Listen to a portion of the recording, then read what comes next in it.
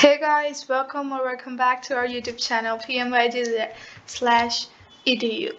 Thanks for your wonderful support. It's been a pleasure sharing this content. So I'm coming up with a new topic, which is C++ the series.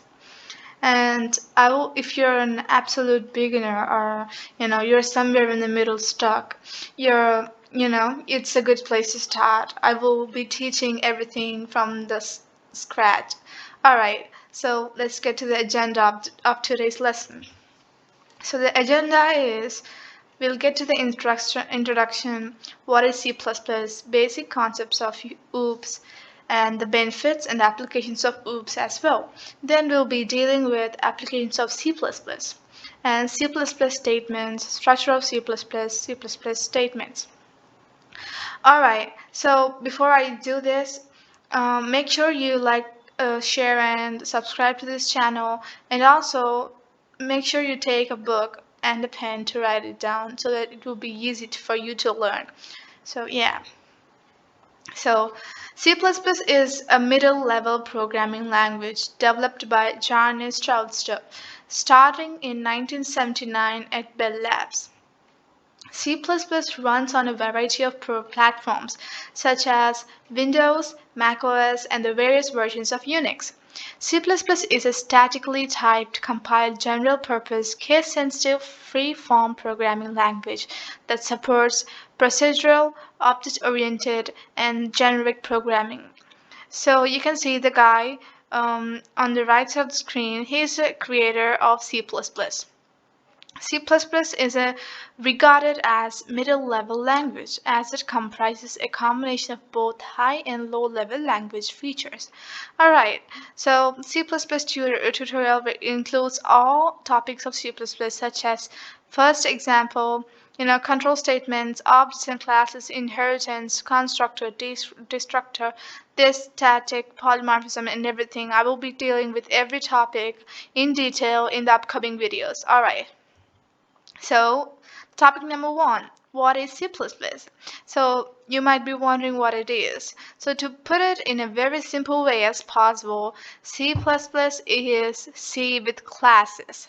Alright, so I'll be telling you what classes are exactly in the next, next slides. So, however, it doesn't support only object-oriented programming. As we learned, it also supports generic, procedural, and functional programming as well. And despite being a high-level language, since C++ is still close to C, it can be used for low-level manipulation due to its close relationship with machine language. So you might be wondering, what, ma'am, you've been using object-oriented programming like 100 times. I don't get it, what it is. Well, to put it in a very simple way, object-oriented programming is a type of programming which uses objects and classes. So I will tell you what objects and classes are in the next slide. Alright, so basically object-oriented is based on real-world entities like inheritance, polymorphism, data hiding. Alright. So, topic number 2, I told you that I will be discussing about basic concepts of OOPS. So, there are 6 basic concepts of OOPS. OOPS is nothing but object-oriented programming, alright? So, the first one is class. Second one, objects. Encapsulation, polymorphism, inheritance, abstraction. I will be going through each and every of this in detail. Class. Class is a data type, alright, that has its own members. That is, data members and functions. That means you can give a name to a class using the class keyword, and then you can write some data members and also member functions. Class is a user-defined function. It's the basic building block of object-oriented programming. Okay, so whenever someone asks you what is a basic building block of object-oriented programming, you gotta say class. So some of the properties of class. Class is a user-defined data type, as I told you earlier, because we define the name of our own wish.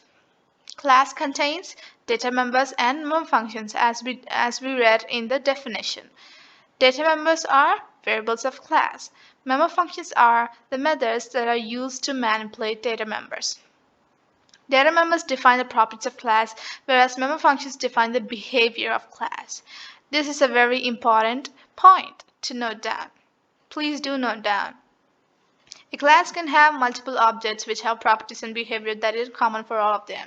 You can also note down the syntax of class, alright, because it is the most important thing you gotta learn. Don't forget to write it down.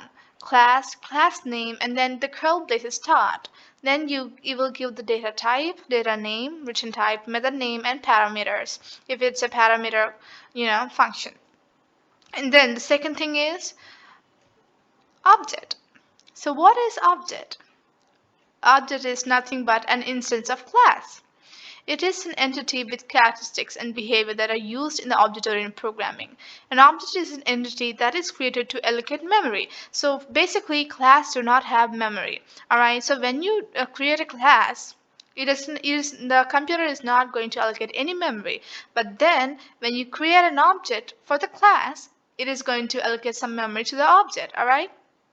A class when defined does not have memory, as I told you before itself, which will be allocated as soon as objects are created. Alright, and don't forget to write the syntax, which is class name and object name with the semicolon.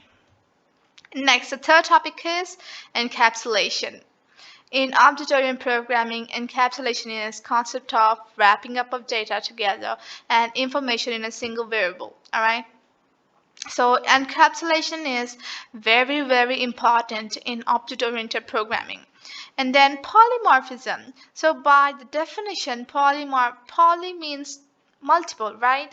So polymorphism is multiple forms, which means polymorphism is the ability of object-oriented programming to do some work using multiple forms, like the same thing using multiple forms. And there are three types, in three ways in which a polymorphism can be achieved, which is operator overloading, function overloading, inheritance. Alright, we will discuss about operator overloading, function overloading in detail in the next slides. Alright, so inheritance. Inheritance is the capability of a class to inherit or derive the properties of another class. That is simple. You need not just, write down the same program on and again. You can just use inheritance so that it would derive the characteristics of another class. It allows the concept of reusability. There will be two classes, which is child or subclass or base or parent class. We will discuss this in the next slides, in the next videos. This is a very important essay question, okay? So yeah. So there are 5 types of inheritance as you have seen before. Then abstraction. So yeah, single, multiple, multi-level, hierarchical, and hybrid inheritances. I will discuss this in detail in the next videos, okay? So abstraction. Abstraction, data abstraction or data hiding is the concept of hiding and showing only relevant data to the final user. So that means you can hide some data for yourself. So let's take a real life example for you to get better understanding. When we ride a bike, we only know that pressing the brake will stop the bike, right? And rotating the throttle will accelerate. But you don't know how it works, right? So you just know the function, but you don't know actual, the inner working of the things. That's why this is done from the same as the concept of data abstraction. So yeah, let's summarize the whole thing up.